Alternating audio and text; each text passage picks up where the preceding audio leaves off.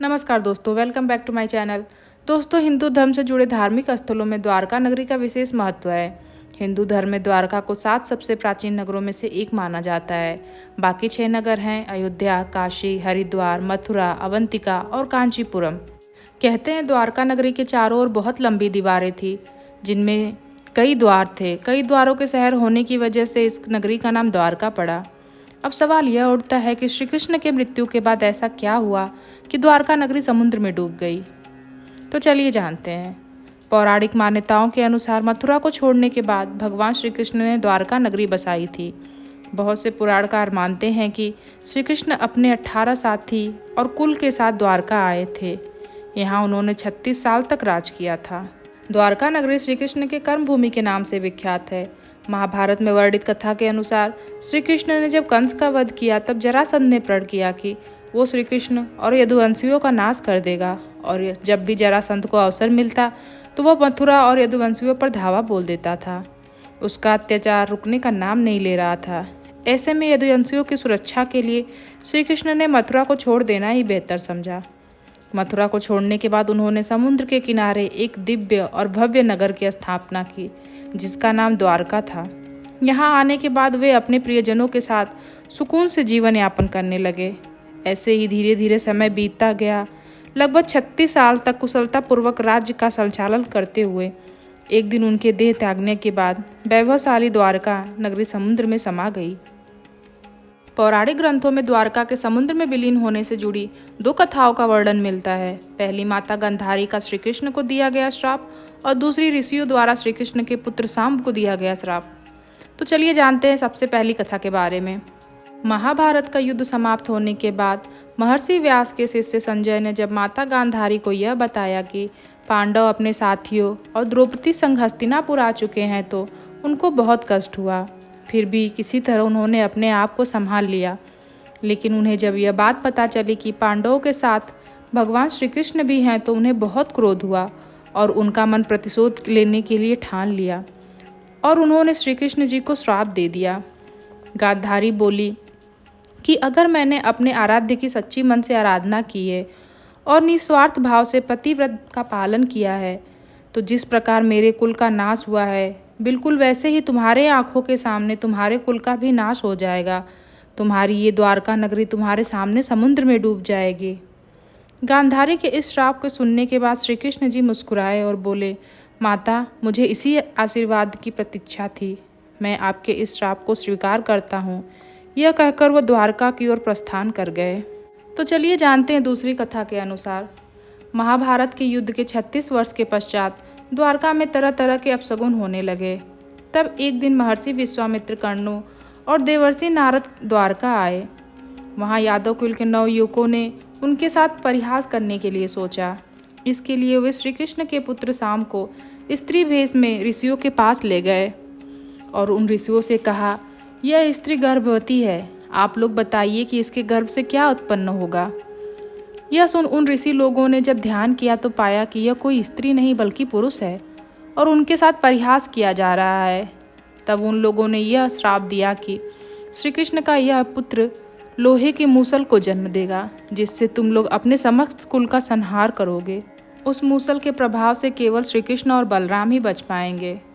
उधर जब यह बात भगवान श्री कृष्ण को पता चली तो उन्होंने कहा कि यह बात अवश्य सत्य होगी। श्राप के अनुसार सांब ने मूसल को जन्म दिया, पर यह बात राजा उग्रसेन को पता चल गई तो उन्होंने उस मूसल को चुराकर समुद्र में फेंकवा दिया और साथ ही यह घोषणा करवा दी कि आज से कोई भी वृष्णि व अंधक वंशी अपने घर में मदिरा का उत्पादन नहीं करेगा। जो भी छिपकर मदिरा तैयार करेगा उसे मृत्युदंड की सजा दी जाएगी। यह सुनकर द्वारका वासियों ने मदिरा ना बनाने का प्रण ले लिया, परंतु इसके बाद भी द्वारका में प्रतिदिन अशुभ घटना घटने लगी। कभी तेज आंधी और तूफान, कभी चूहों की संख्या अचानक से इतनी बढ़ने लगी कि मनुष्यों से ज़्यादा चूहे दिखने लगे। पूरे द्वारका नगरी में अजीब अजीब सी घटनाएं घटने लगी और यदुवंशी नशे की लत में डूब गए। जब श्री कृष्ण ने ये सब देखा तब सोचा, माता गांधारी के श्राप का सच होने का समय आ गया है।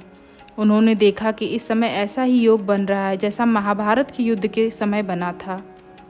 गांधारी के श्राप को सत्य करने के उद्देश्य से श्री कृष्ण ने यदुवंशियों को तीर्थ यात्रा करने की आज्ञा दी।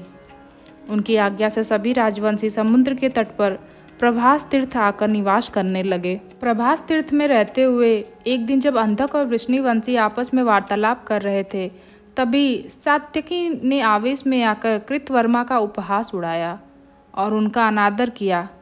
कृतवर्मा ने भी मुख से बहुत कुछ बोला, ऐसे शब्द निकाल दिए जिससे सात्यकी का क्रोध और बढ़ गया और उन्होंने कृतवर्मा का वध कर दिया। यह देख अंधक वंशियों ने सात्यकी को चारों ओर से घेर लिया और उन पर आक्रमण कर दिया।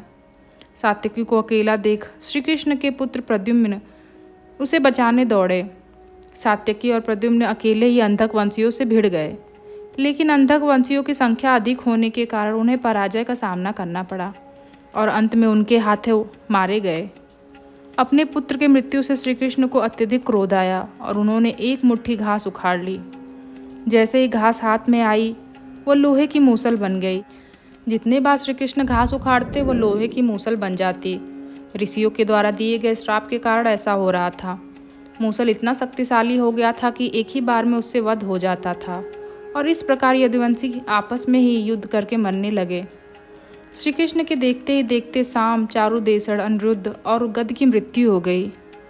ये सब देख अंत में श्री कृष्ण ने अपने सारथी दारुक से कहा कि तुम हस्तिनापुर जाओ और अर्जुन से पूरी घटना बताकर द्वारका ले आओ।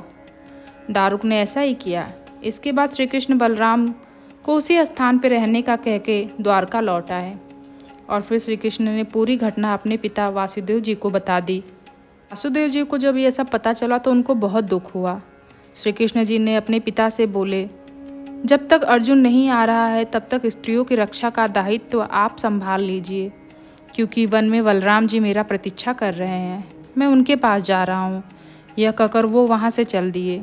जब वह वन पहुँचे तो देखे कि बलराम जी समाधि में लीन हैं और देखते ही देखते अचानक बलराम जी के मुख से एक सफ़ेद रंग का सर्प निकला और समुद्र की ओर चला गया। वे कोई सामान्य सर्प नहीं था, क्योंकि उसके हजारों मस्तक थे। इतना ही नहीं, समुद्र ने स्वयं प्रकट होकर शेषनाग जी का अभिवादन किया। कुछ ही देर में बलराम अपने शरीर को त्याग दिए। इसके बाद श्री कृष्ण जी वन में घूम रहे थे।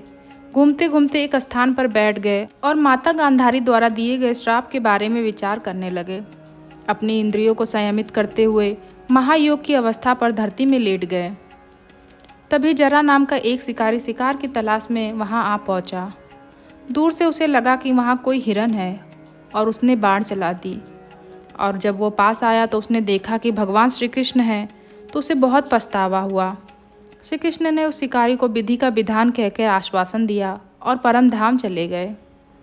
वो शिकारी हस्तिनापुर जाकर पांडवों से पूरी बात बताई, जिसे सुनकर पांडव बड़े दुखी हुए।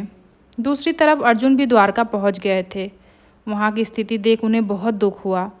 अर्जुन को देख श्री कृष्ण की रानियां भावुक हो गईं और वहां पे वासुदेव जी भी मौजूद थे और उन्होंने अर्जुन को श्री कृष्ण का संदेश देते हुए कहा कि द्वारका समुद्र में विलीन होने वाली है, इसीलिए आप नगरवासियों को लेकर किसी सुरक्षित स्थान पर चले जाइए।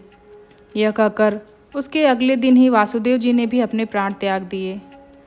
अर्जुन ने विधि विधान से उनका अंतिम संस्कार किया। वासुदेव जी की पत्नी देविका, भद्रा, रोहिणी व मद्रा भी चिता पर बैठकर सती हो गईं। उसके बाद अर्जुन सभी नगरवासियों को लेकर इंद्रप्रस्थ की ओर चल दिए। वहाँ से उनके जाते ही द्वारका नगरी समुद्र में विलीन हो गई। यह दृश्य देखकर सभी को बड़ा आश्चर्य हुआ और सभी वहाँ भावुक हो उठे। इस तरह से हमारी ये वीडियो यहीं समाप्त होती है। उम्मीद है कि आपको यह वीडियो पसंद आई होगी। Please like, share, subscribe to my channel. Thanks for watching.